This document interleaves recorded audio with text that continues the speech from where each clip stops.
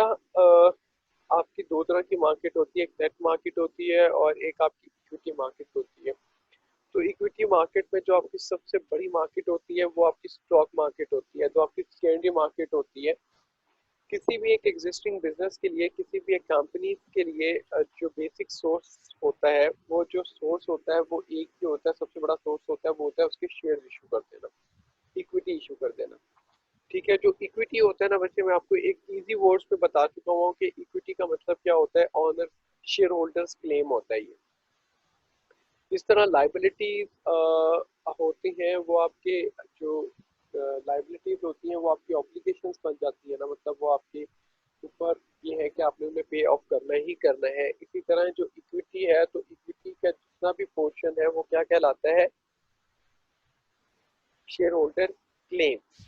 ठीक है, फिर जब हम बात करते हैं स्टॉक मार्केट की, तो हमारे पास दो तरह के स्टॉक्स होते हैं, कॉमन स्टॉक होता है, दूसरा प्राइवेट स्टॉक होता है। फिर जो कॉमन स्टॉक्स होता है, इसको वैल्यूएशन करना। देखो, बेसिक एम समझो कि आपके इस सब्जेक्ट का बेसिक एम क्या है, आप ये पढ़ क्यों रहे हो। समटाइम हमें ये लग रहा होता है कि हम एक ही चीज को पढ़ रहे हैं और बार बार पढ़ रहे हैं, लेकिन उसके कॉन्टेक्स्ट डिफरेंट होते हैं। ठीक है, तो वैल्यूएशन का मतलब क्या होता है, मैंने आपको बार बार बताया हुआ है जी। तजीमा, वैल्यूएशन का क्या मतलब होता है। जब मैं ये कहूँ कि वैल्यूएशन ऑफ कॉमन स्टॉक, तो अगर आपने किसी को समझाना हो तो ये वैल्यूएशन ऑफ कॉमन स्टॉक्स एक लेमैन को कैसे समझाओगे कि इस वैल्यूएशन का क्या मतलब है। कॉमन स्टॉक तो हमें समझ आ गया कि ऑर्डिनरी शेयर है, ऑनरशिप को रिप्रेजेंट कर रहे होते हैं। ठीक है, वोटिंग राइट होता है, कैपिटल राइज करने का सबसे मेजर सोर्स है। ठीक है, ये सारी करेक्टरिस्टिक्स हम जानते हैं। तो what does it mean by the valuation जी तजीमा।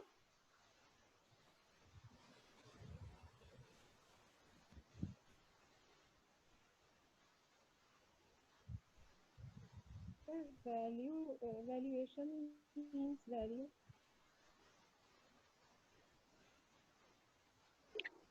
जी समन,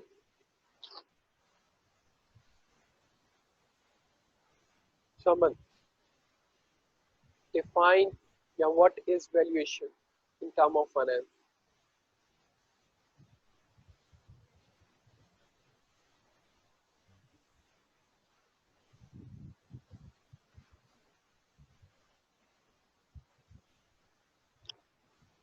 जी जहाजेब।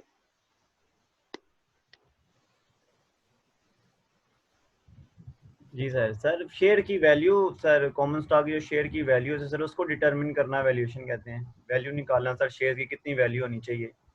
वैल्यू क्या होता है, what is value in term of finance। Value sir जितना वो उसकी मार्केट प्राइस होती है, कॉमन स्टॉक की वैल्यूएशन वैल्यूएशन करते हैं, और वैल्यू उसकी कितनी है उसकी, मैं जिस मार्केट में है, मार्केट में वैल्यू क्या है उसकी। ठीक है जी, और कौन बैठा हुआ है, फिर बात। सर वैल्यूएशन ये होती है ना, हम देखते हैं कि किसी भी चीज की मॉनेटरी वर्थ क्या है, कि आप उसमें इन्वेस्ट कर रहे हैं तो आपको फायदा होगा या नुकसान होगा, उसकी बेसिस पे आप वैल्यूएशन करते हैं, और ये डिस्काउंटिंग से मोस्टली की जाती है। वेरी गुड, चलो एक अच्छा फीचर बता दी जी। वकार।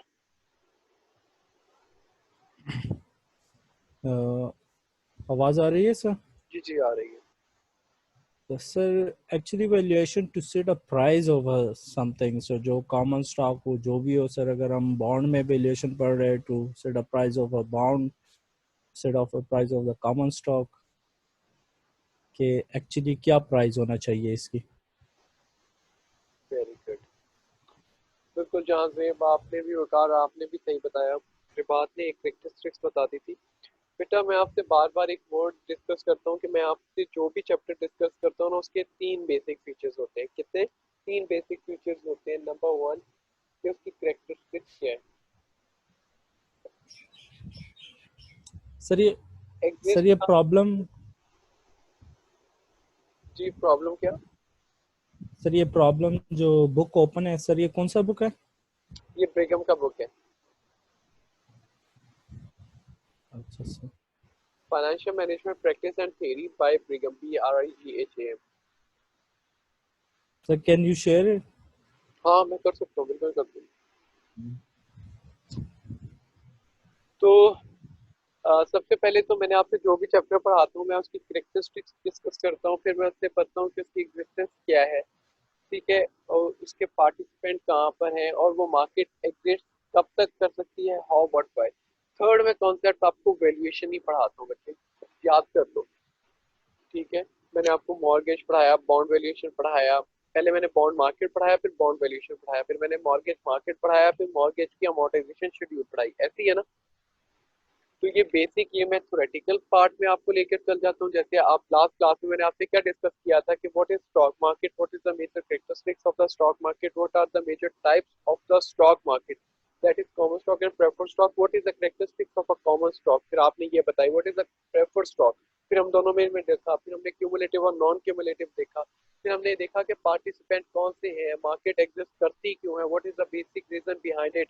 अगर ये मार्केट एग्जिस्ट करती है तो जो पार्टिसिपेंट है वो कॉमन स्टॉक या प्रेफर्ड स्टॉक खरीदते हैं, तो क्या वो आपकी कंपनी के शेयर खरीदेंगे कि नहीं खरीदेंगे, ये कैसे पता चलेगा। मेरी एक कंपनी है, ठीक है, मैं शेयर इशू करने जा रहा हूँ $25 का, ठीक है। अब आप सारे इन्वेस्टर हो, ठीक है।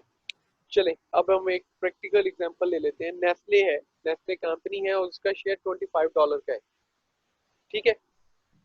आप बाय करोगे कि नहीं बाय करोगे, बीइंग एज ए इन्वेस्टर। यहाँ पर मैंने आपको पार्टिसिपेंट की एग्जांपलें बताई थी ना कि पार्टिसिपेंट कौन कौन हो सकता है, इंडिविजुअल हो सकता है, इंस्टीट्यूशनल हो सकता है, गवर्नमेंट हो सकती है, कोई अदर भी हो सकता है जी। तो इंडिविजुअल आप इन्वेस्टर हो, कॉमन मैन हो, ठीक है। तो एक नेस्ले है कंपनी, आप उसका शेयर $25 का खरीदोगे कि नहीं खरीदोगे जी। आप सवाल पे सवाल भी पूछ सकते हो। सर पहले तो उसकी वैल्यू डिटरमिन करेंगे ना, प्रेजेंट वैल्यू निकालने की देखेंगे, अगर वो हमें फायदेमंद है तो हम फिर लेंगे ना, वैसे तो बगैर उसकी वैल्यूएशन के कुछ जाने बगैर तो नहीं ले सकते ना। अच्छा चलो ठीक है, गुड। और सर अगर वो स्टॉक अंडर वैल्यूड होगा तो हम उसको खरीदेंगे, अगर वो ओवर वैल्यूड होगा तो हम उसको नहीं हाँ खरीदेंगे। यस बिल्कुल राइट। अच्छा, और जी, और कोई, बस ताबिंदा। Sir yes sir. जी जी सर। सर यही कि हम उसकी वैल्यू फाइंड करेंगे सर, वही कि हम उसकी प्रेजेंट वैल्यू फाइंड करेंगे, अंडर वैल्यू होगा तो हम लेंगे और ओवर वैल्यू होगा तो नहीं लेंगे। अच्छा, ये अंडर और ओवर वैल्यूड को डिफाइन तो कर दो please. Sir ji undervalued ये होता है ना कि लेट्स सपोज हमने जो आपसे नहीं, मैंने वैल्यू पूछा फाइंड। हसन, आपसे नहीं, ताबिंदा से। अच्छा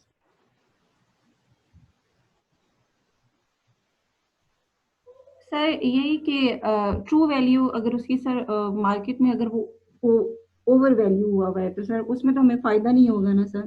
फॉर एग्जाम्पल, एग्जाम्पल के तौर पे समझा दो मुझे। फॉर एग्जांपल तो भी नहीं है सर। जी समन, आपका क्या पॉइंट ऑफ व्यू है कि $25 का नेस्ले का शेयर है, खरीद लेना चाहिए मुझे आपको। सर ये डिस्काउंट पे हमें शेयर कर रहे हो, इश्यू कर रहे हैं शेयर पब्लिक को, तो फिर हम बाय करेंगे।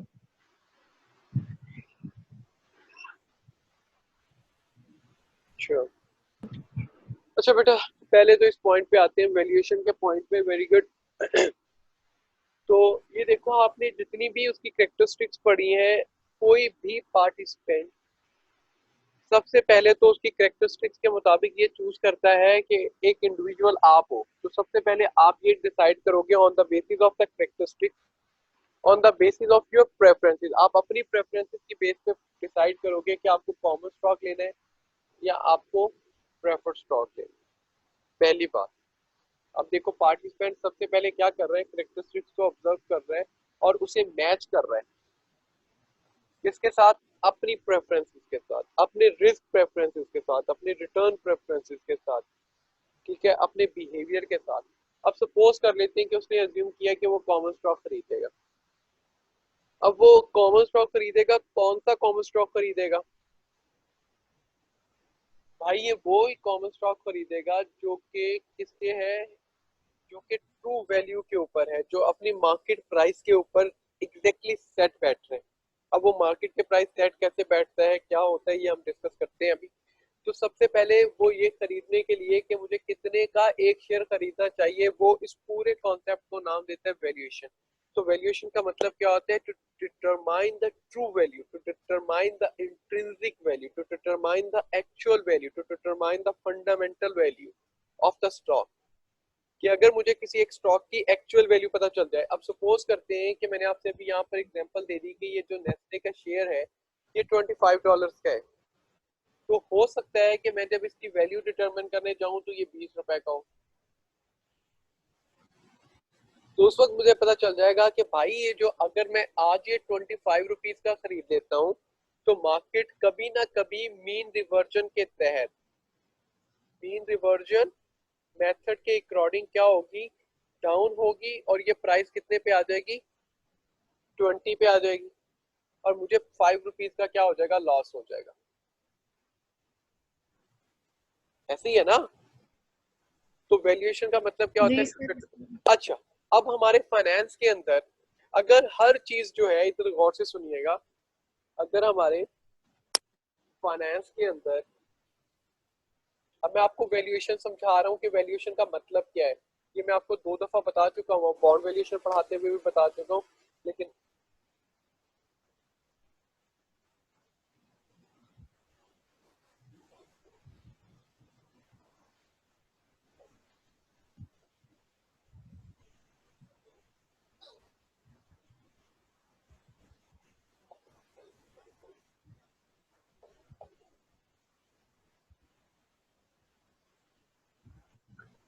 जी,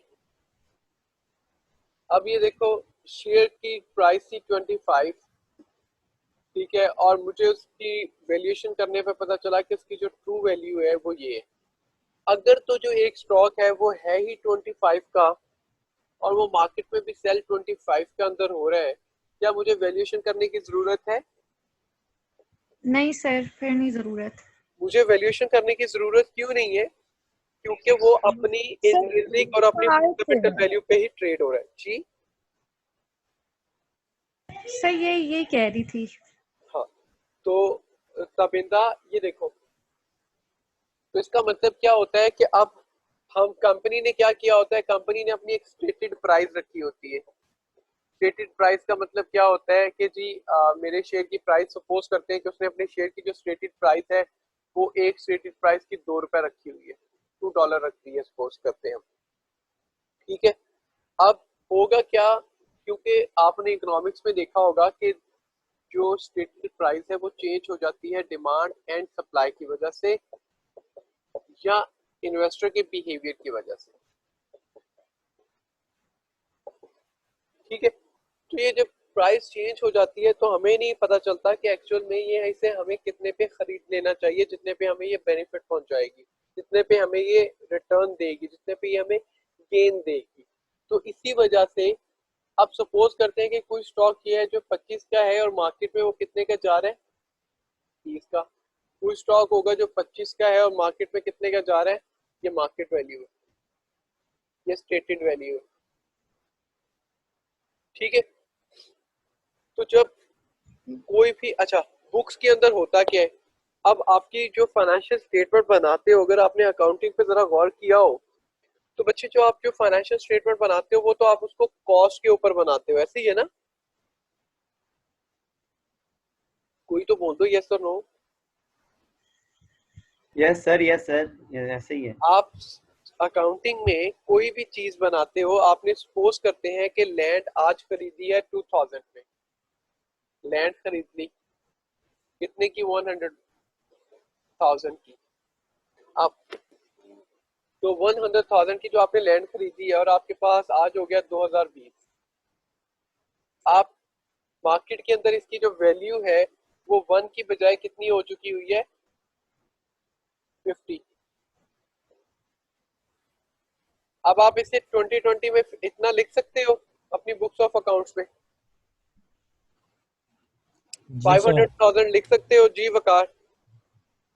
यस। चलो ठीक है जी, यस जी। आपका क्या नाम है? हसन।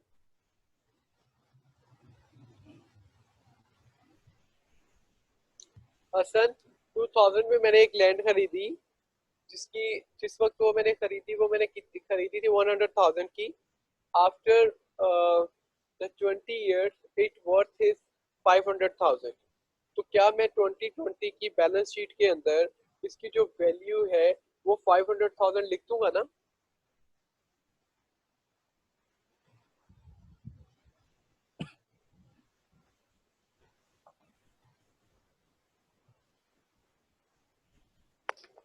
सर मेरे ख्याल में तो ये नहीं लिखेंगे। अच्छा, ये नहीं लिखेंगे, वकार की नजर में लिखेंगे, आपकी नजर में नहीं लिखेंगे जी। और कौन बैठा हुआ है यहाँ पे? Tabinda. I am asking in term of accounting, I am not asking in term of finance जी। No sir. क्यों बेटा?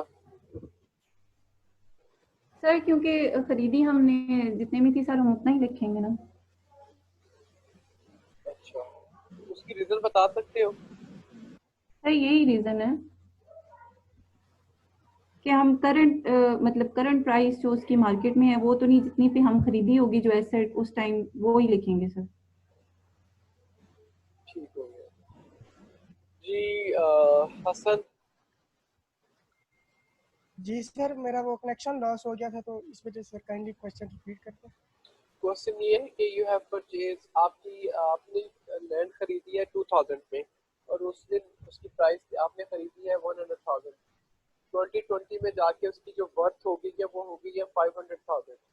तो आप अपनी बुक्स ऑफ अकाउंट में क्या वैल्यू लिखोगे, 100,000 या 500,000?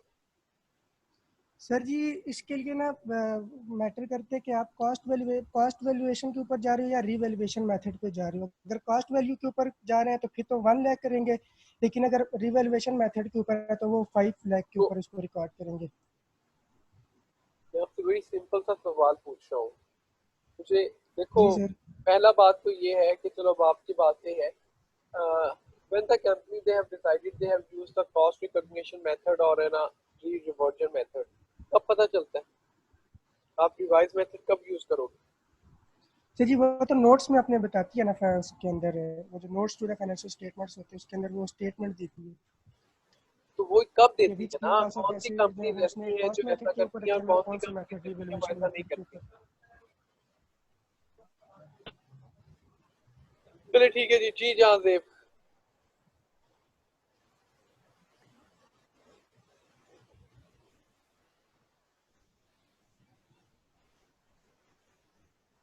जी हेलो जहाँ जेब।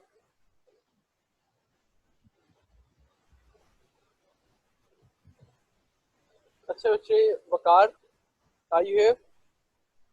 Yes sir.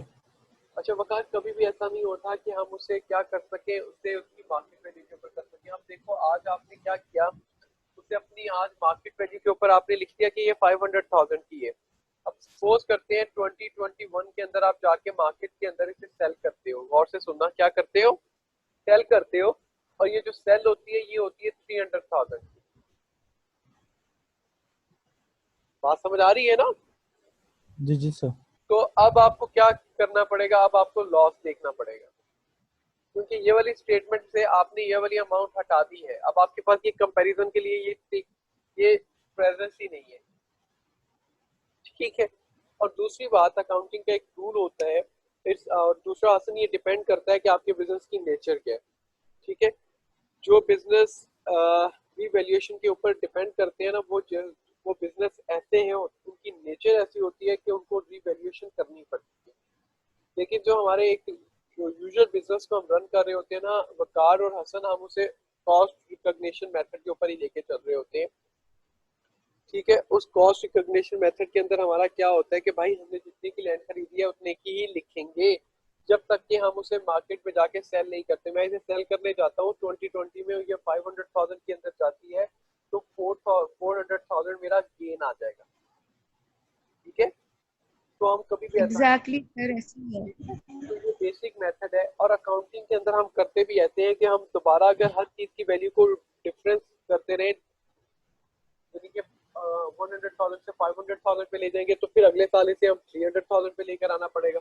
लेकिन जब हम इसे सेल करेंगे तो हमारे पास जो एक्चुअल इंफॉर्मेशन थी हमारी फाइनेंशियल स्टेटमेंट के अंदर वो नहीं हो, क्योंकि बैलेंस शीट के अंदर हम जो हेडिंग देते हैं वो ये क्या देते हैं, एट द एंड ऑफ, जबकि इनकम स्टेटमेंट के ऊपर हम जो देते हैं वो हम क्या देते हैं, फॉर द ईयर।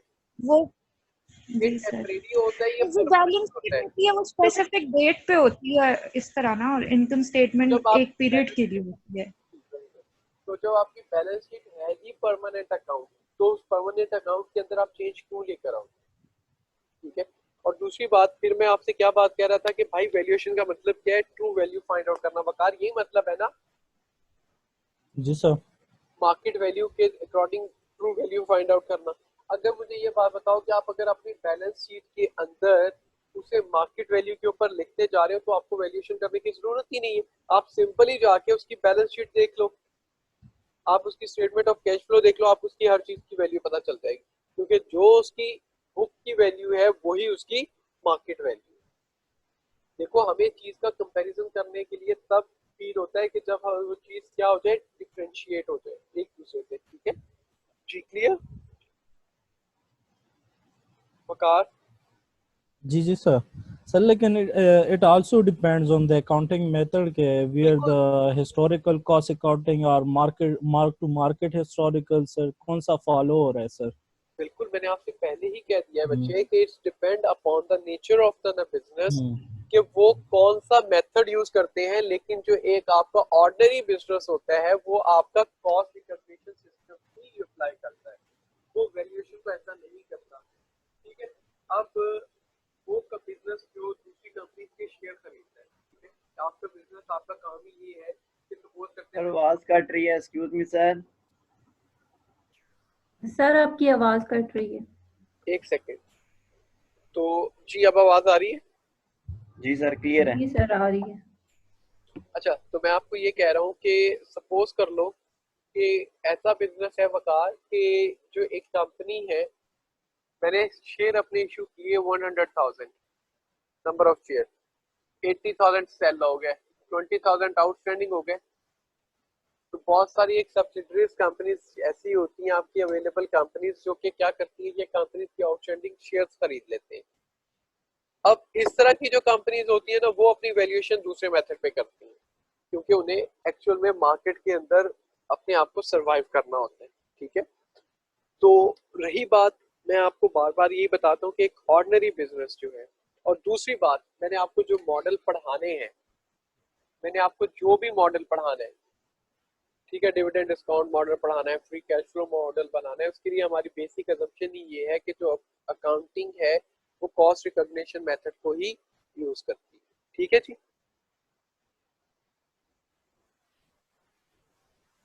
जी वकार। जी जी sir, okay, clear sir. Hasan, yes. Hasan, Hasan नहीं है यहाँ पे। सर वो क्लास में नहीं है, शायद उसका कनेक्शन लूज हो गया है दोबारा से।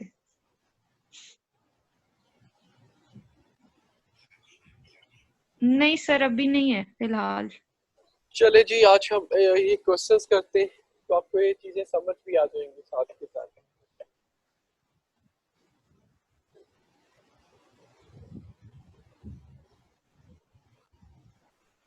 जी रिवाज बेटा, पहला क्वेश्चन आप सब लोग एक दफा ये पहला क्वेश्चन पढ़ लो, 7.1 टीपीएस।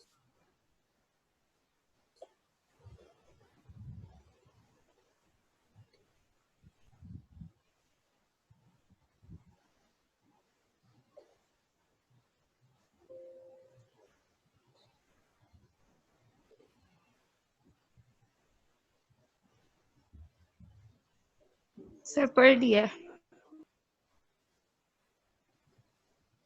जी चलें अब दोबारा पढ़ें, मुझे लिखवाएं साथ के साथ इंफॉर्मेशन।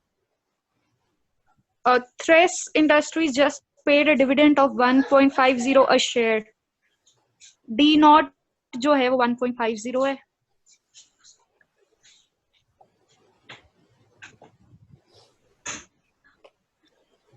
आगे अब वो नेक्स्ट ये कह रहा है कि the dividend is expected to grow 5% a year for the next 3 years. growth for 1 year, 2 year And and third year Yeah. ये मैंने 5% growth है। जी उसके मैंने फुट नोट पे क्या लिख दिया 1 2 3 कितने सालों के लिए 3 सालों के लिए 5%। 3 साल के लिए sir 5%। And then 10% a year thereafter, मतलब जो बाकी के 2 साल हैं उसमें 10% इंक्रीज ग्रोथ है डिविडेंड में। अगले 2 सालों के लिए ये बात जी Yes, फोर्थ sir. और फिफ्थ के लिए और देयर आफ्टर Fourth. मतलब होते हैं कि बाकी के जितने इस साल हैं तो टोटल 5 हैं तो 2 ही बच गए ना उसमें से। आगे What is the expected dividend per share for each of the next 5 years? Expected dividend. ठीक है जी अब आपके लिए ठीक है एक्सपेक्टेड डिविडेंड है। एक्सपेक्टेड का मतलब क्या होता है टाइम वैल्यू ऑफ मनी में हम इसे क्या कहते हैं जी ताजिमा। एक्सपेक्टेड है तो एक्सपेक्टेड का क्या मतलब होता है प्रेजेंट पार्ट पास्ट और फ्यूचर जी ताजिमा। फ्यूचर फ्यूचर और फ्यूचर वैल्यू का फार्मूला क्या होता है जरा लिखवाइएगा। Sir future value is equal to हाँ जी future value equal to payment payment in bracket 1 divided by 1 plus 1 divided by 1 1 plus x और सर इसकी power 1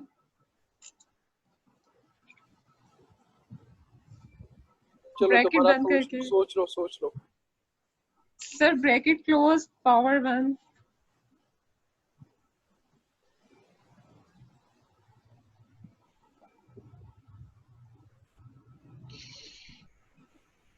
sir in bracket t आएगा ना minus t. Future value simple future value का formula मुझे चाहिए।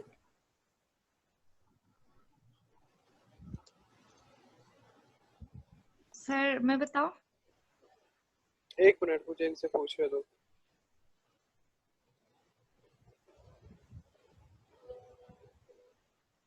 बच्चे 1 मिनट होल्ड कीजिएगा आप तब तक फार्मूला देखो।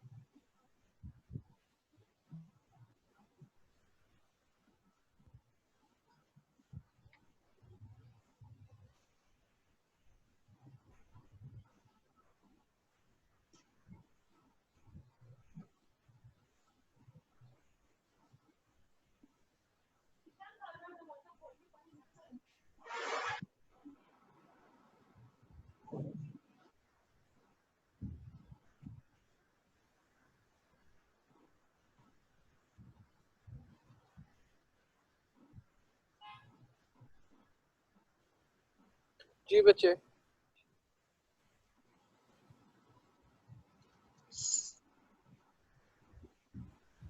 Sir present value in bracket में 1 plus i divided by N.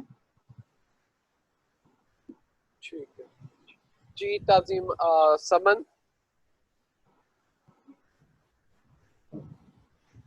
Sir present value future value present value into 1 plus i की होल पावर है।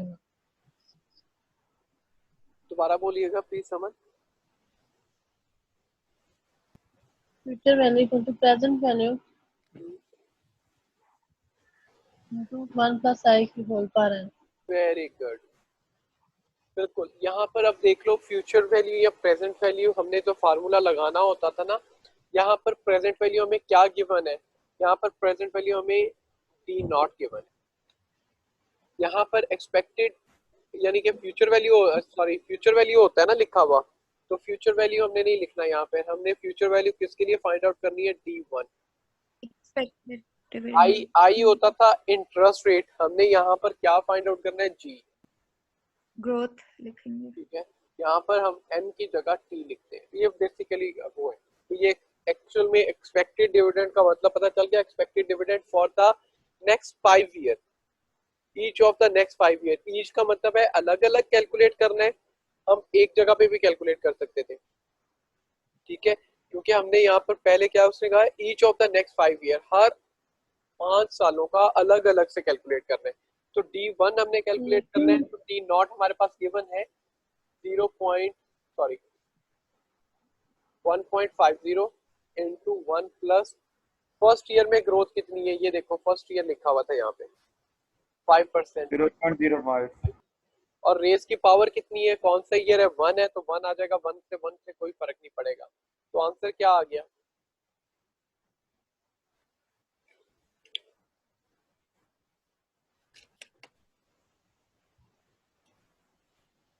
सर 1.15।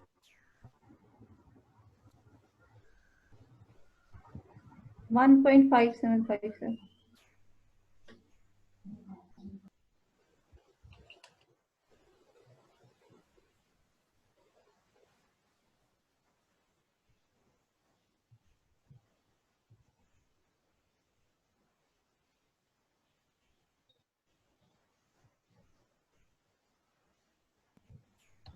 Excuse me sir. जी जी आवाज कट रही है आप लोगों की। सर आपकी भी नहीं आ रही हमें। जी आवाज आ रही है, जी जी सर सर अब आ आ रही रही। तो फिर सर 1.575 575 578 सर। 1.578। अब हमने करना है D2। D2 के लिए कौन फार्मूला लिख पाएगा मुझे, एक्सपेक्टेड मैं dividend for the second year. जी सर मैं लिखवाऊं। जी लिखवाओ। सर मैं लिखवाऊं। जी आता हूँ आपकी तरफ। जी जो बात बेटा। Sir D2 is equal to D nought. D2 is equal to D nought, sorry D1 yes D1 D1 into 1 plus G raised to power 2।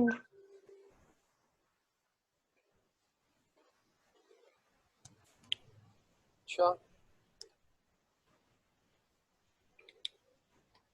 जी, कोई और।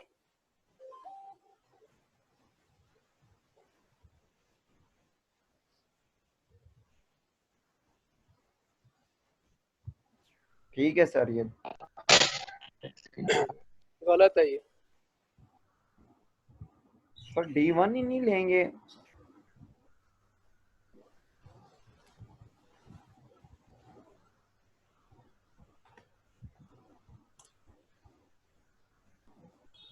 जी दोबारा देखो प्लीज।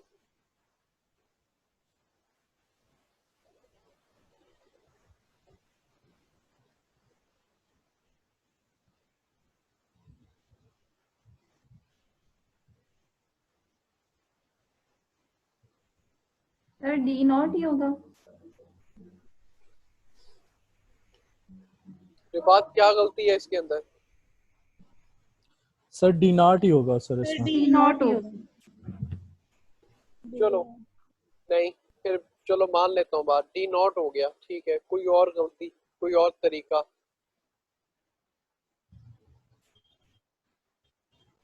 सर दूसरा तरीका ये है कि अगर D1 लेंगे तो फिर पावर 2 नहीं लेंगे, फिर 1 होगी। वेरी गुड बेटा, बच्चे सिंपल सी बात है। ये देखो यहाँ पर D1 फाइंड आउट करना था ना आप लोगों ने, यहाँ पर D1 लिखा हुआ है ना, तो पावर भी 1 आएगी। ये D नॉट का मतलब 0 है, नॉट का मतलब करंट, ये 0 से कंसिडर करो, ये 0 है और ये 1 है, तो 1 फाइंड आउट हो। यहाँ पर आप 2 फाइंड आउट कर रहे हो तो 1 यहाँ पर लिख रहे हो तो 1 ही यहाँ पर आएगा, और 1 लिखने की जरूरत नहीं है। ये 2 हो गया। अगर यहाँ पर D नॉट लिख रहे हो तो यहाँ पर फिर 2 आएगा, क्योंकि जितनी पावर है उतनी होगी। ठीक है, एक्चुअल में हम ये फार्मूला बना कहाँ से, 1 प्लस जी की पावर 2। ठीक है, तो इसी तरह ये कंपाउंड कर रहा होता है हर अगले साल को। तो यार जी सर ऐसा ही है। ये फार्मूला यहाँ तो ये होगा, और दूसरा फार्मूला क्या होगा, डी नॉट इंटू 1 प्लस जी की पावर 2। जी आप इसका आंसर बता दें आप मुझे।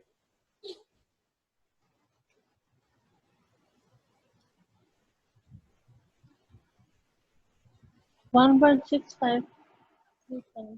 1.65 ठीक हो गया। अब Yes, sir. D3 का फार्मूला कौन लिख पाएगा? दोनों फार्मूले। सर मैं लिखवाऊं? जी लिखवाओ। डी नॉट हो गया ना, ये अब सबसे पहले और वाला डी नॉट 1 प्लस जी की पावर 3 तो सिंपल हो गया। दूसरा सर अब इधर D1 लेंगे सर इधर, और 1 प्लस, यहाँ पे कंफ्यूजन है। ठीक ठीक ठीक ठीक, एक तो सर सिंपल हो गया ना, और वाला D2, एक तो डी नॉट 1 प्लस जी की पावर 3। चलो जहां अब समन को बोलने दो। जी समन। सर D2 इंटू 1 प्लस जी की होल पावर 1 लेंगे, क्योंकि 3 माइनस 2 करेंगे तो पावर 1 नहीं बचेगी।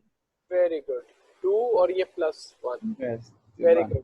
और दूसरा फार्मूला? और दूसरा तो ये था ना, D3 का D नॉट इंटू 1 प्लस जी की होल पावर 3।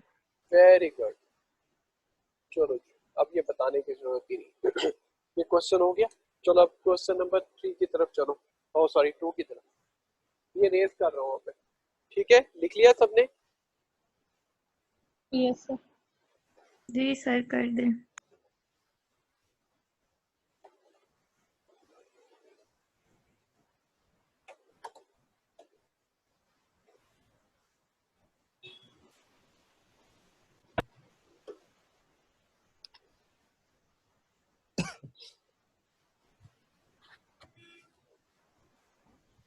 हामिद, हामिद आ गया?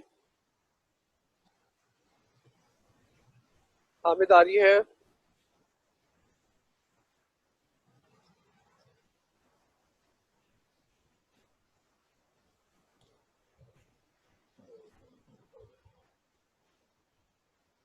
हामिद? Yes sir. क्वेश्चन पढ़ो, क्वेश्चन नंबर 2।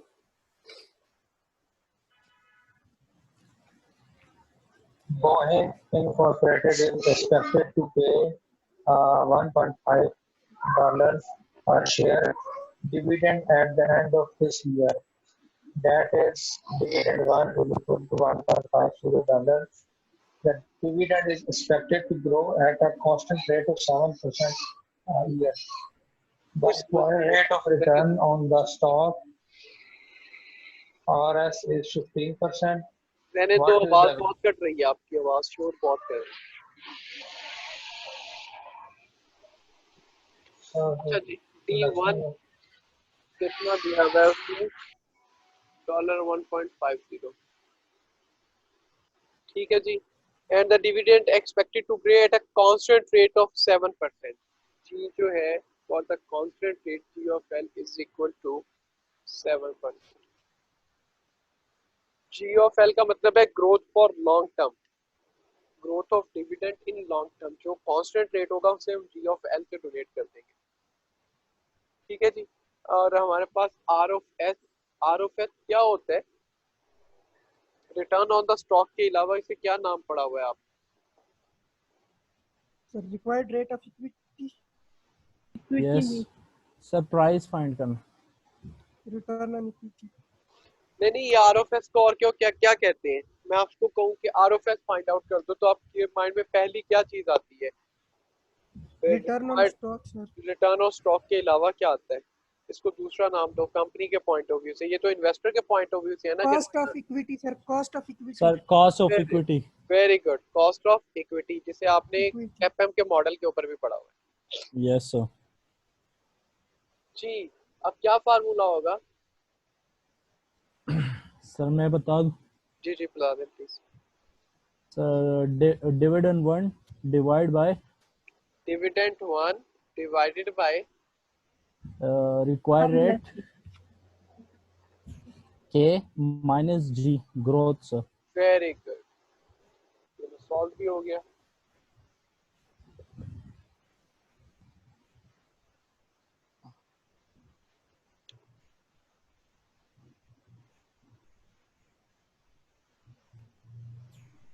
सर बोर्ड नजर नहीं आ रहा। जी, बाकियों को भी नहीं आ रहा? सर अब आ रहे। आगे, सर अब आगे। जी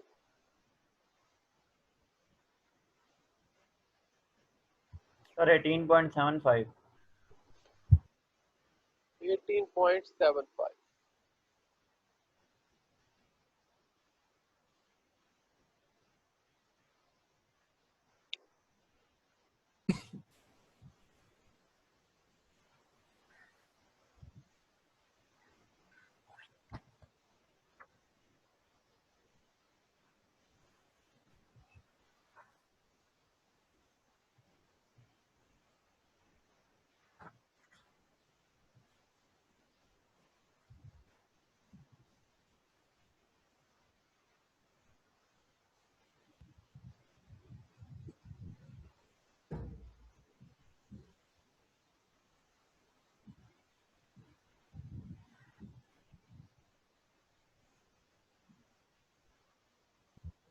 हेलो। जी, आपको शेयरिंग हो रही है? जी सर हो रही है।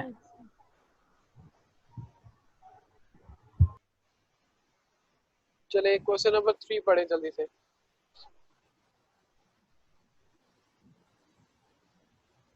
क्वेश्चन नंबर 3 आप अभी सॉल्व करके मुझे आंसर बताओ इसका।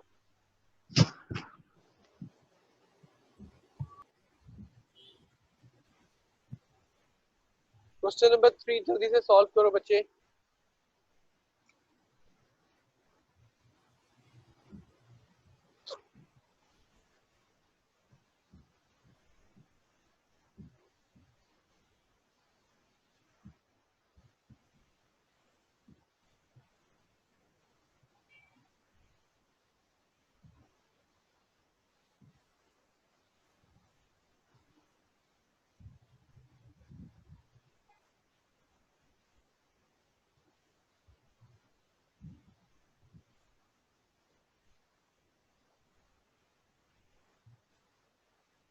बेटा जल्दी जल्दी सॉल्व करो।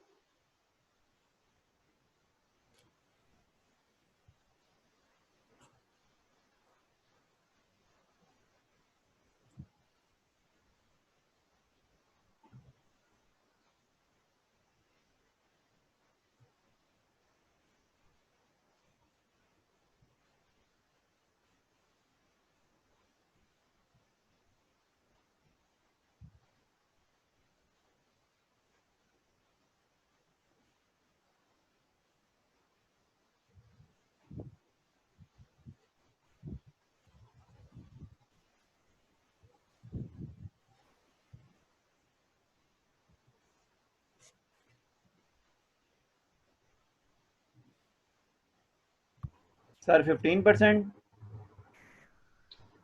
बाकी भी कर ले फिर देखते हैं। जी सर। बाकी लोगों को भी करने दो, मैंने कहा। सर कंफर्म नहीं है, बस वैसे ही।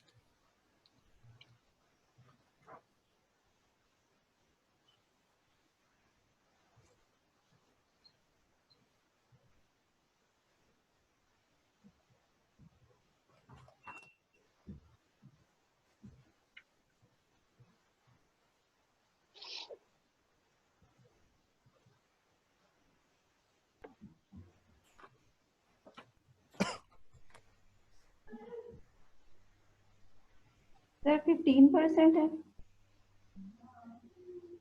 सर 15.5% है, सर 15.5%। है सर ठीक है 15 ठीक है डन 15.5%। जी सर। चले। अब मैं जिससे पूछूंगा वही बोलेगा।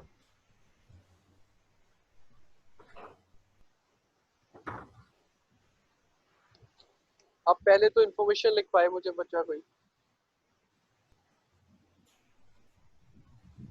7.3 क्वेश्चन और इसका पहला लिखा हुआ है उसने जी पढ़े क्वेश्चन जल्दी से।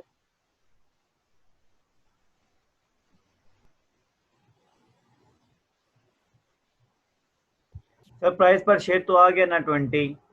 तो इसे लिखूंगा P not sir P not sir D not P not 1.0 P not 20 आ गया $20। 20 सर। सर D1 आ जाएगा 1.1। सर D1 आ जाएगा 1.1। तुम जो इन्फॉर्मेशन दी हुई है वो तो लिखवाओ ना, डी नॉट लिखवाओ मुझे बस। अच्छा D0 सर 1.0 सर और जी और सर ग्रोथ कांस्टेंट 10%। है 10%। Growth is equal to 10% sir. For 10%। Long term 10%। जी आगे सर इस P1 क्या है और सर एक्सपेक्टेड रेट जो है सर। और ROF क्या है, ऐसे ही है जी। अब P1 के लिए फार्मूला क्या होगा जी। ये वाली प्राइस तो आपने ये वाला तो कैलकुलेट ही नहीं किया, आपने सिर्फ ROF कैलकुलेट किया हुआ है, जबकि क्वेश्चन की रिक्वायरमेंट कितनी थी? 2। पहली रिक्वायरमेंट क्या थी? What stock price is expected 1 year from now. ठीक है, 1 साल बाद स्टॉक की प्राइस क्या होगी अगर आज 20 रुपए होती है तो। ठीक है, तो 20 रुपए है तो क्या फार्मूला होगा?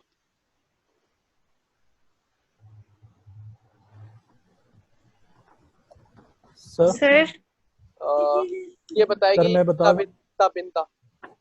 सेकंड थर्ड सेमेस्टर वाले चुप रहा करें जरा जी। Tabinda, what is the formula to calculate the expected stock price for year 1? Sir ये वही सर फॉर्मूला D1 वाला जो आपने करवाया वही होगा सर। जी वही वाला होगा, वही वाला मतलब वही वाला होगा लेकिन टर्म्स डिफरेंट होंगे। Is equal to D0 1 + G। बेटा वहां पर जब आपसे पूछा गया था एक्सपेक्टेड डिविडेंड, यहाँ पर पूछा गया है एक्सपेक्टेड स्टॉक प्राइस। जरा गौर कर लो।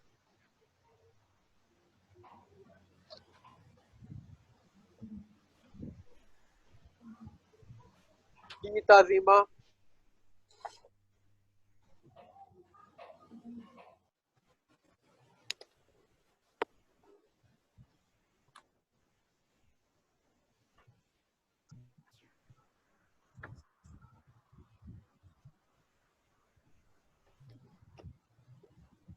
जी ताजीमा लिखवाओ फार्मूला प्लीज। जी सर सर आर एस मालूम करना है ना। RS is equal to D1 हमने RS मालूम नहीं करना, हमने divided by P minus P1 minus G। P1 मालूम करना जी। यार दूसरा जो आपने जो भी फार्मूला बताया ये भी गलत है बताया। P1 कहीं पे भी नहीं आता। सर मैं बता दूं? नहीं। Hamid, what is the formula to calculate the expected stock price? Hamid Raza. Sir मैंने लेट ज्वाइन किया ये नहीं क्वेश्चन पे निकाला। जी हसन। जी सर। सर प्राइस कैलकुलेट करनी है P1 तो सर इस तरह लिखेंगे हम सर D2 हमारे पास होना चाहिए और divided by 1 KE minus G। Hasan they are not asking to you to calculate the stock current price, they just ask you to calculate the expected stock price। Sir इसके लिए फ्यूचर वाला formula लगेगा ना sir? Future वाला लगेगा ना sir? हाँ कौन सा sir 20 into 1.1 raised to power 1 उसकी होगी सर। तो बात खत्म, फार्मूला सही तरह से लिखवाओ ना। बच्चे तबिंदा, तजीमा, हामिद, जरा गौर से सुन लो, मैंने आपको क्वेश्चन नंबर 1 अभी करवाया है ना, वहां पर उससे क्या पूछा हुआ था? Expected dividend dividend for year 1, 2, 3, 4 and 5। यहाँ पर उसने एक्सपेक्टेड डिविडेंड की जगह क्या कह दिया? Expected stock price. ठीक है, और उस पे आपको यहाँ पर, वहां पर आपको डी नॉट लिखते थे, यहाँ पर पी नॉट लिख देंगे, बाकी सारा कुछ वही। 1 के लिए है तो पावर 1 आ जाएगी। ठीक है, क्या मुश्किल था? 20 ये गिवन दिया हुआ है, 1 प्लस जी हमारे पास 0.1 है, आंसर कितना आ जाएगा? 21 पॉइंट। 22 22 ये लो, 22 क्या मुश्किल था इसमें? अब पूछा हुआ है उसने एक्सपेक्टेड रिटर्न। अब उसने आपसे क्या पूछा हुआ है? What is the required rate of return. अब आप बताओ फार्मूला क्या है? अच्छा, इस फार्मूले पे भी आपको कंफ्यूज होने की जरूरत ही नहीं थी, मैंने आपको एक फार्मूला लिखवाया हुआ था ना, जो वकार ने अभी पिछले क्वेश्चंस के लिए फार्मूला लिखवाया है, वो क्या था? D1 Yes. Over R of S minus g. ये किसके लिए फार्मूला था? पी नॉट के लिए। अब आपने ये फाइंड आउट करना है, तो इससे आप ऑपरेशनलाइज करके ये वाला फार्मूला नहीं बना सकते थे? R of S is equal to D1 over P not plus g. बिल्कुल सर, यही है।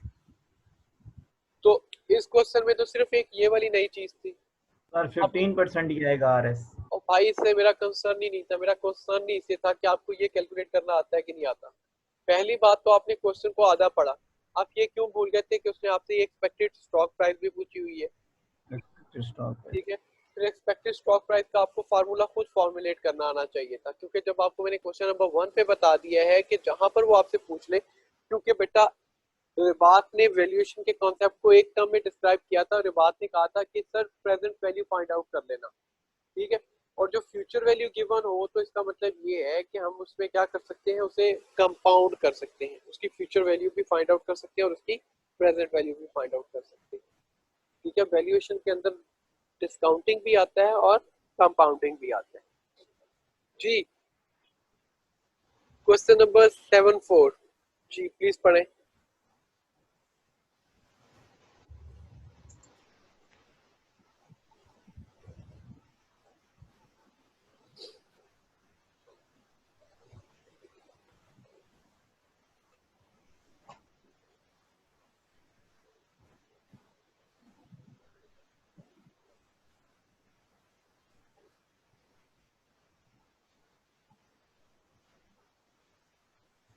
जी पढ़ो क्वेश्चन बच्चे।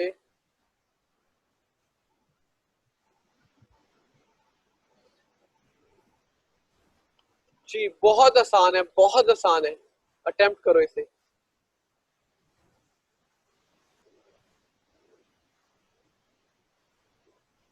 इस पे मैथमेटिकल लॉजिक लगाने की कोशिश करना। Oh, what is the stock required rate of return?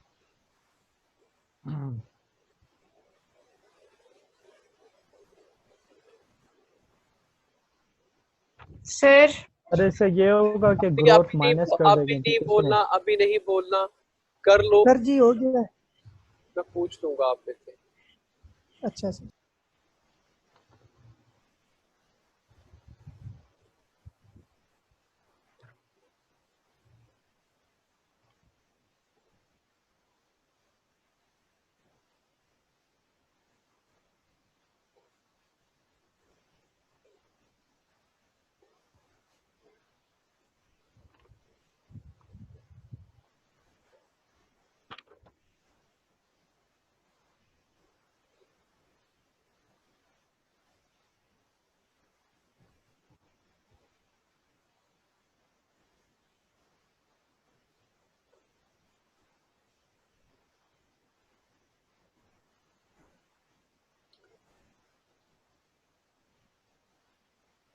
अब इसमें गलती नहीं होनी चाहिए, मैं डिफरेंस पूछूंगा, आपने मुझे बताना है कि क्या है।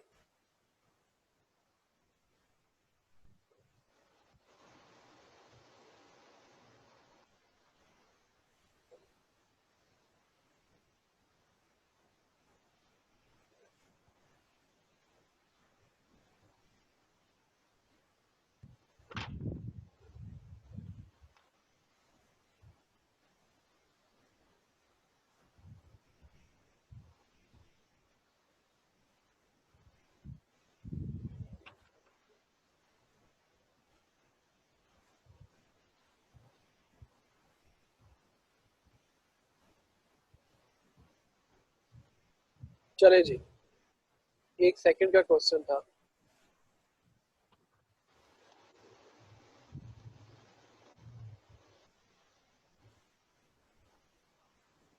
व्हाइट बोर्ड गुम हो जाते हैं। Yes sir. चलें जी, स्टार्ट करते हैं वकार से। जी सर। वकार, पहले तो ये बताओ कि ऊपर वाले क्वेश्चन में और इसमें क्या डिफरेंस है, एक मेन डिफरेंस बता दो। ऊपर वाले कौन से सर जिसमें हमने रिक्वायर्ड रेट फाइंड करना था सर? ऊपर वाले तीनों क्वेश्चन में और इस अच्छा क्वेश्चन अच्छा में सर। एक मेजर डिफरेंस है। सर मेजर डिफरेंस तो ये है, जो ऊपर था सर वो कॉमन स्टॉक के लिए था और ये प्रेफर्ड स्टॉक है सर, इसमें ग्रोथ का वेरी गुड, कंसेप्ट है ही नहीं sir. Very good, very good, बस ठीक है, एक डिफरेंस बहुत अच्छा बता दिया। चले, और बहुत है। चले अब मुझे ये बताएं कि काइंडली इसके अंदर जो इन्फॉर्मेशन दी है वो लिखवा दें एक दफा।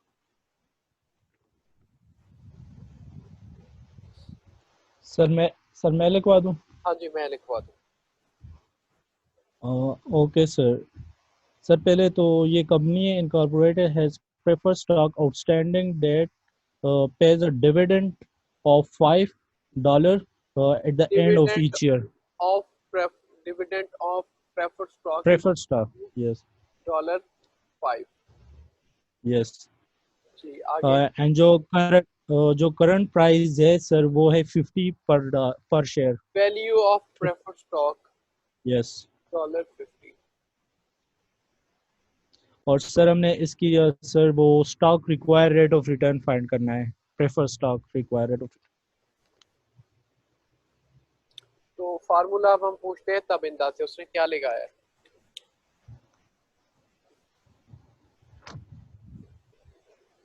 जी सर।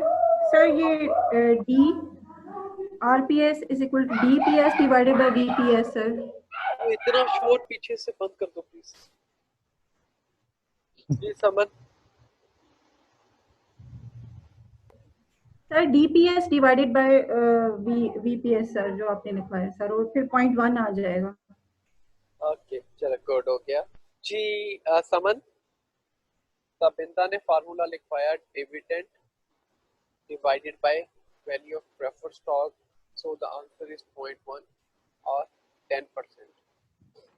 अच्छा चलते हैं आगे समन की तरफ। जी समन। तो यही आ रहा मेरा भी। अच्छा अच्छा, ये फार्मूला यही क्यों लगाया हमने? सर ग्रोथ नहीं है ना इसमें। वेरी गुड, वेरी सिंपल बच्चे, के फार्मूला ये वही था, D1/P0 + G। ये R(S) का फार्मूला था। ऐसे ही है, यहाँ पर D1 हो ही नहीं सकता क्योंकि इसका जो डिविडेंड होता है, आपने इसकी कैरेक्टरिस्टिक्स पे पढ़ चुके होते हो कि इसका जो डिविडेंड होता है वो प्री डिटरमाइन होता है, वो प्री डिसाइडेड होता है, वो जब मिलना है तो मिलना है। तो यहाँ पर D1 की बजाय मैंने लिख दिया प्रेफर्ड स्टॉक। ठीक है, वैल्यू ऑफ कॉमन स्टॉक की इसकी वैल्यू चेंज होती रहती है, इसकी वैल्यू चेंज नहीं होती, तो इसको हमने वैल्यू कह दिया वी की जगह। आप पी भी लिख सकते हो, नो इशू। ठीक है, जी था ही नहीं, तो सिंपल फार्मूला क्या बन गया, डिविडेंड डिवाइडेड बाय वैल्यू। तो ये सिंपल किया तो 10% हमारे पास आंसर आ गया। ये बात, वेरी गुड। क्वेश्चन नंबर 5 पढ़े प्लीज।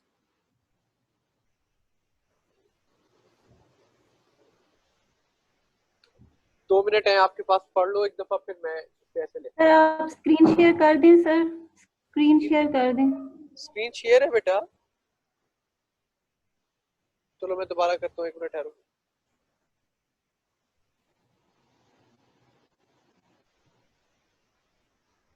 ओके, अब शो हो रही है आपको? Yes sir. यस सर, अब हो रही है सर।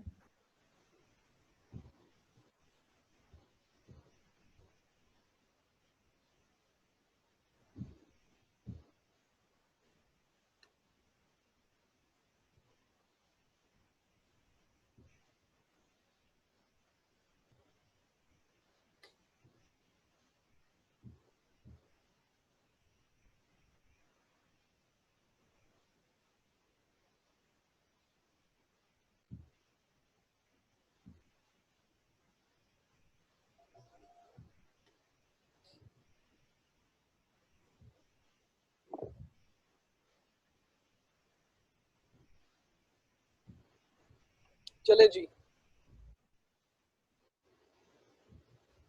जल्दी जल्दी से लिखवा दे प्लीज। समन क्वेश्चन पढ़ो, जल्दी से लिखवाते जाओ। और लिखवा दूं मैं?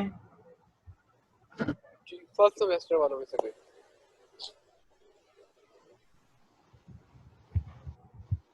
समन,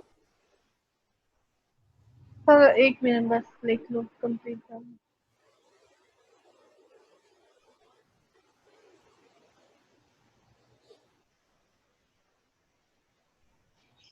Sir, company currently pays a dividend of $2 per share. तो क्या लिखता जाऊं इसे? D D not. अच्छा, B not.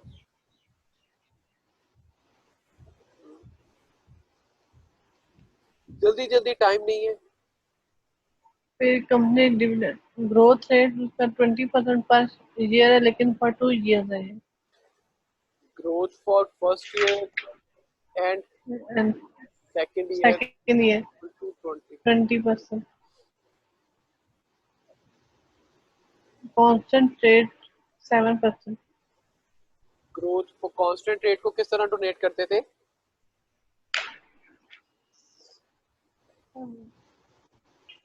Sir ji for long term, very जी गुड, एल। GL। जी हाँ एल जी, फॉर GL। 7%। और आगे आगे पढ़ो जल्दी। कंपनी स्टॉक है द बेटा 1.2 बीटा 1.2।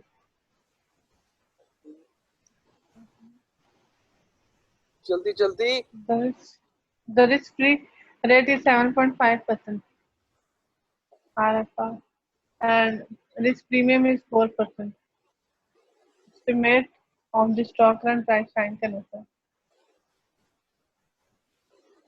हमने क्या कैलकुलेट करना है? What is the estimate of the stock current price, D not find out. Current price। ठीक है। अब एक बात याद रखिएगा बच्चे, ये देखो यहाँ पर आपने जितने भी पिछले क्वेश्चन प्रीवियस क्वेश्चंस करके आएगा ना, उसमें आपको जो कांस्टेंट रेट गिवन है ना, वो आपको कांस्टेंट ग्रोथ रेट एक ही गिवन होता था। ग्रोथ रेट ऑफ डिविडेंड जो था वो एक ही था। यहाँ पर आपको कांस्टेंट रेट डिफरेंट गिवन है। पहले 2 सालों के लिए 20% है, फिर उसके बाद तीसरे साल से लेकर उसके बाद देर आफ्टर वो क्या हो गया? कांस्टेंट हो गया। तो इस तरह के मॉडल को हम कहते हैं नॉन कांस्टेंट। लेकिन एक बात याद रखिएगा, नॉन कांस्टेंट में पहले कुछ ईयर होता है ये नॉन कांस्टेंट, फिर उसके बाद कोई एक टाइम पीरियड वो जरूर बताएगा जिसमें वो जाके वो कांस्टेंट कर देगा। ठीक है, तो इसमें कोई मुश्किल काम नहीं है। तो जो नॉन कांस्टेंट होता है उसके अंदर हम क्या करते हैं, उसका फार्मूला क्या होता है? Present value of non constant, फिर आ जाता है present value of constant period. ये लिखना है तो लिख लो, लेकिन मैं आपको वैसे जुबानी समझा दूंगा। यानी कि हमने पी नॉट जो फाइंड आउट कर रही है फॉर द नॉन कांस्टेंट, वो क्या होगा? Present value of non constant period, ये वाला पहला और दूसरा साल क्या कहलाएंगे? Non constant. फिर उसके बाद उससे कांस्टेंट को ग्रोथ दिया हुआ है वो जो कि कांस्टेंट कराता है, वो फिर उसकी हम प्रेजेंट वैल्यू फाइंड आउट करेंगे। हमने क्या फाइंड आउट करना है? Present value. पहले किसके लिए? नॉन कांस्टेंट के लिए, फिर किसके लिए? कांस्टेंट के लिए। जब इन दोनों को हम प्लस कर देंगे तो हमारे पास आंसर आ जाएगा। ठीक है, अब आपको इजी वे में समझाने के लिए हम ये कर क्या रहे हैं? स्टॉक की वैल्यूएशन कर रहे हैं कि हमें एक स्टॉक जो है वो परचेज कितने का करना चाहिए।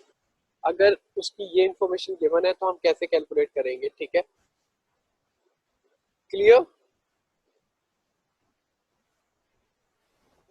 हेलो, एक्सक्यूज मी सर ठीक है, बिल्कुल ठीक है। तो सबसे पहले यहाँ पर आप एक टेबल बना लो जिसपे लिखो आप ईयर 1 2 3। 3 पे मैंने स्टेरिक बना दिया। 3 पे स्टेरिक क्यों बनाया है? क्योंकि वो कांस्टेंट है। पहले 2 साल तो 2020 है, फिर उसके बाद 3 है, क्योंकि 3 के बाद कंटिन्यूअस है इंफिनिटी तक। अब मैं उसे इंफिनिटी तक मेंशन नहीं कर सकता, मैं सिर्फ थर्ड पे जाकर उसकी वैल्यू डिटरमिन कर दूंगा। ठीक है जी, क्लियर? तो यहाँ पर मैं लिखता हूँ एक्सपेक्टेड डिविडेंड। फिर मैं क्या लिखूंगा,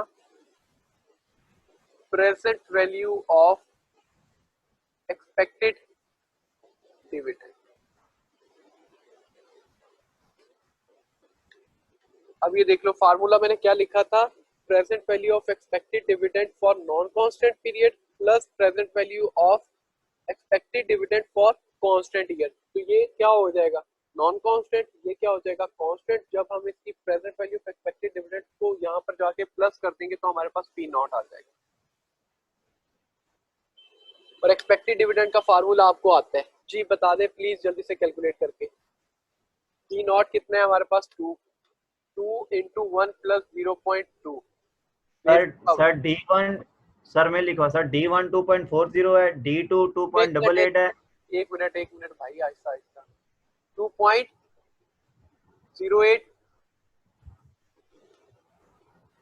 नहीं सर मैंने बोला कि D1 2.40 है। 40 ओके, आगे सर D2 2.88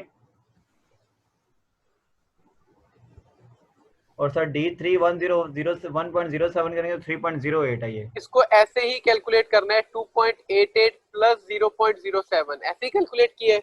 जी सर इसी तरह 3.08।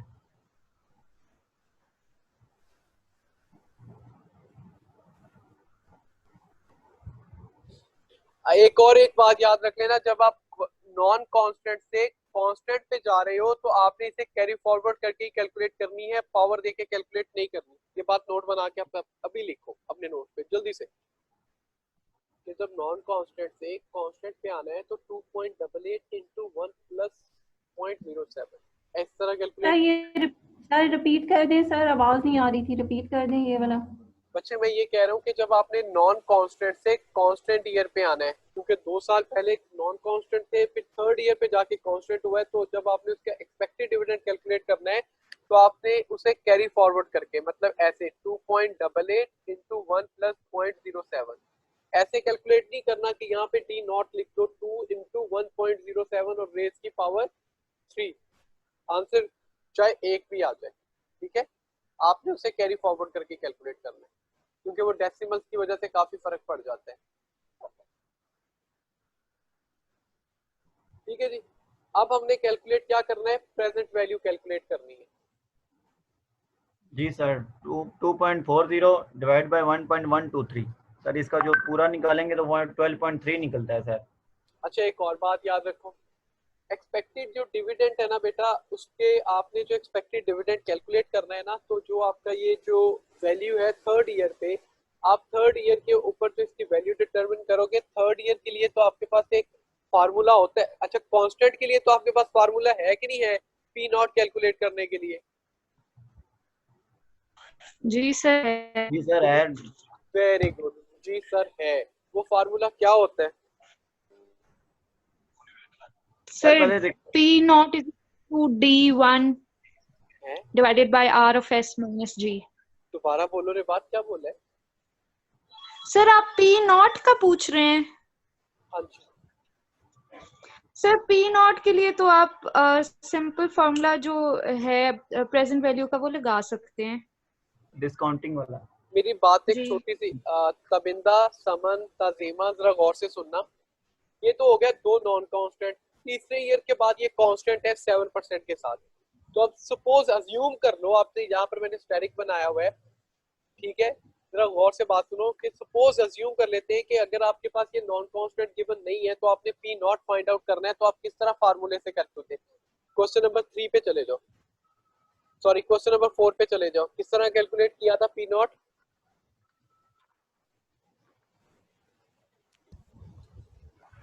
सर परपेचुइटी बना के उसको sir DPS divide by VPS, dividend को उसको प्राइस पर 6 से डिवाइड किया था। अच्छा सर ये परपेचुअल है ना, तो इस वजह से इस तरह प्रेजेंट वैल्यू निकलेगी ना सर इसकी। अच्छा इस पे मैंने स्टैटिक बनाया हुआ है। अच्छा एक मिनट बात रखना, इस पे स्टैटिक बनाया हुआ है, ये वाली बात याद रखना।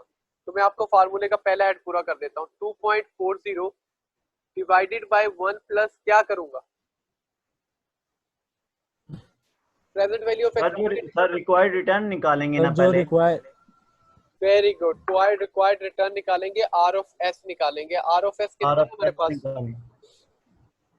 कैपम के फार्मूले से सर सर वो कैपम 12.3% से आ हम रहा है। निकालेंगे। वेरी गुड, वो होता है कैपम का formula risk free R risk free rate sir, फिर प्लस रिस्क मार्केट, फिर बीटा डिवाइड कर देंगे उसके साथ, डिवाइड मल्टीप्लाई करेंगे भाई, मल्टीप्लाई बाय बीटा। 12.3% है ये, 12.3 7.5%। तो जी सर 12.3 है। ये लो,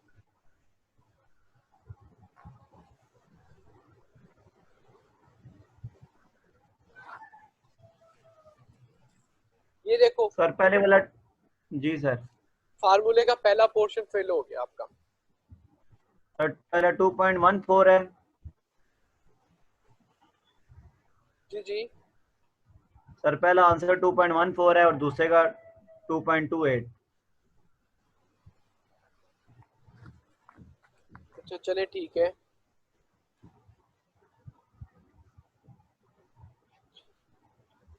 अब यहाँ पर जब हम आ गए, क्या आंसर आ रहा है पहले का? सर 2.14 2.14 और दूसरे का 2.28। अब यहाँ पर क्या होगा?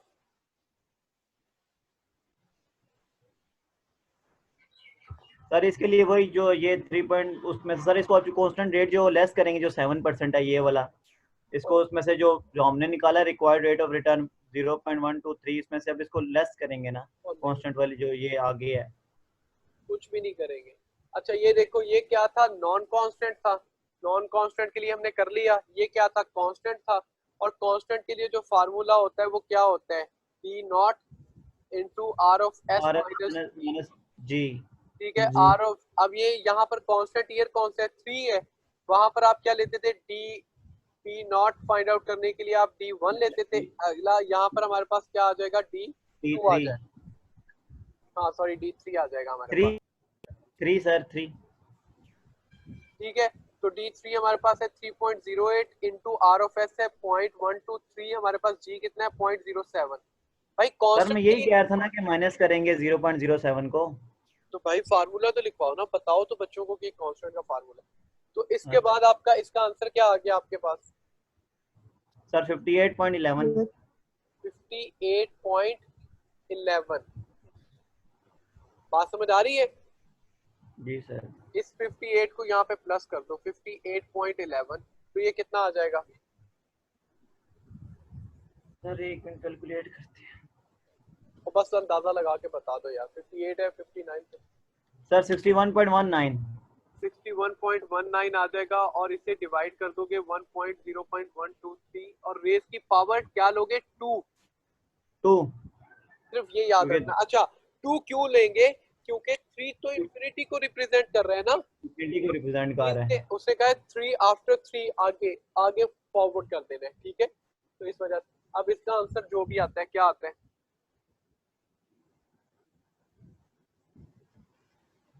ताबिंदा समझ आई?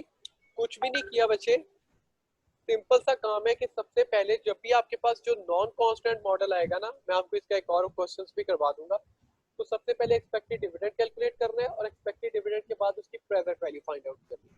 और जो लास्ट ईयर होगा वो हमेशा क्या होता है? कांस्टेंट ईयर होता है, जैसे यहाँ पर था 3rd ईयर। ठीक है, तो उसके लिए सबसे पहले आप उसकी पी नॉट फाइंड आउट करेंगे और उसे उसके डिविडेंड के अंदर प्लस करके फिर उसे डिस्काउंट करेंगे और डिस्काउंट करते हुए उसकी जो पावर है वो ऊपर वाली लेंगे, क्योंकि 3 तो इंफिनिटी को रिप्रेजेंट कर रहा है ना, क्योंकि 3 एंड आफ्टरवर्ड, तीसरे साल से अगले कई सालों तक। तो हमने ये वैल्यू का मतलब ही क्या है, यहाँ इसका ऐड कर देना है कि अगले कई सालों के लिए उसकी वैल्यू आज ही दिन के डिटरमिन कर ली है। ठीक है सर, आंसर सर मेरा एक क्वेश्चन सर, इसका तो आंसर आ रहा है 48.52। हाँ तो मेरा एक क्वेश्चन है जी, पूछो। सर ये आपने 3 में क्यों ऐड किया है 58.11? सर हम 3.08 डाल के ही तो हमने ये निकाला था, फिर इसको दोबारा क्यों वो ऐड कर रहे हैं? अच्छा यहाँ पर हमने लिख दिया। ओके ठीक है, ठीक कह रहे हो जान से बाप। फिर यहाँ पर अगर हम D3 लिखेंगे तो यहाँ पर बिल्कुल ऐड नहीं करेंगे, यहाँ पर हम अगर D2 लिखेंगे तो हम इसे ऐड करेंगे। ठीक है चलो कोई बात नहीं है। वो अगले क्वेश्चन में मैं इसे सेट कर दूँ। 58 सर ये लॉस से समझ नहीं आया सर। सर लॉस से समझ नहीं आया। कहाँ से? यहाँ से? ये प्रेजेंट वैल्यू कैलकुलेट करने के बाद सर आपने जो बताया है।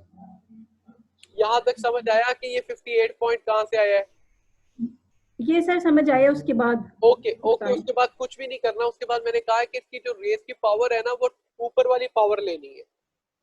कांस्टेंट ईयर जो है उससे ऊपर जो नॉन कांस्टेंट ईयर जो भी होगा वो लेना है। यहाँ पर कांस्टेंट ईयर क्या था? 3 था, और नॉन कांस्टेंट लास्ट ईयर कौन सा था? 2 था। तो मैंने इसकी पावर 2 पे डिस्काउंट किया क्योंकि ये हमारे लिए नॉन है, हमें पता है इसी साल का। तो सर इसकी पावर जो है वो हमने लास्ट ईयर वाली लेनी है। लास्ट ईयर वाली लेनी है, बस ये एक बात समझाइए, ठीक है। बाकी एक क्वेश्चन और करवा दूंगा इसके डिफरेंस के साथ, तो आपको ये भी पता चल जाएगा, ठीक है। और आर अब 1 2 3 मैंने कहाँ से लिया है? ये मैंने यहाँ से कैलकुलेट किया था कैपएम के फार्मूले के थ्रू, ठीक है जी। बाकी इसके जो नॉन कांस्टेंट के मैं 2 से 3 क्वेश्चन आपको और करवा दूंगा, ठीक है, नेक्स्ट क्लास में। सर अब इसको एंड में ऐड भी करेंगे ना, आपने ऊपर शुरू में कहा था इन दोनों को ऐड करना है। बात है, ये तुमने लिखवा तो दिया मुझे, 48.52 मैंने लिख दिया। सर वो पिछला रहता है ना, वो जो हमने पहले निकाला था। भाई तो उनको ऐड करके बताओ ना, बताई तो जा रहा हूँ, कोई हाल नहीं। अच्छा सर 48.52 में ये सर इसका आंसर आता है 46.08। 46.08 इसमें सर वो पिछला ऐड करते हैं 4.42। ओ मेरे अल्लाह, तो एक दफा ही बताओ भाई। 50.50 50.50 जी ठीक है जी। तो दो मॉडल मैंने आपको आज करवाए हैं, कांस्टेंट और नॉन कांस्टेंट। कांस्टेंट तो बहुत आसान है, नॉन कांस्टेंट में आपको 1-2 क्वेश्चंस करवाऊंगा तो आप इससे भी फेमिलियर हो जाओगे, ठीक है जी।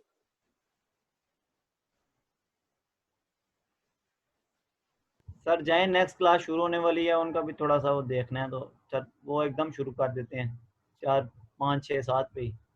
ओके जी, अल्लाह हाफिज। Thank you. अल्लाह हाफिज सर। अल्लाह हाफिज सर। अल्लाह।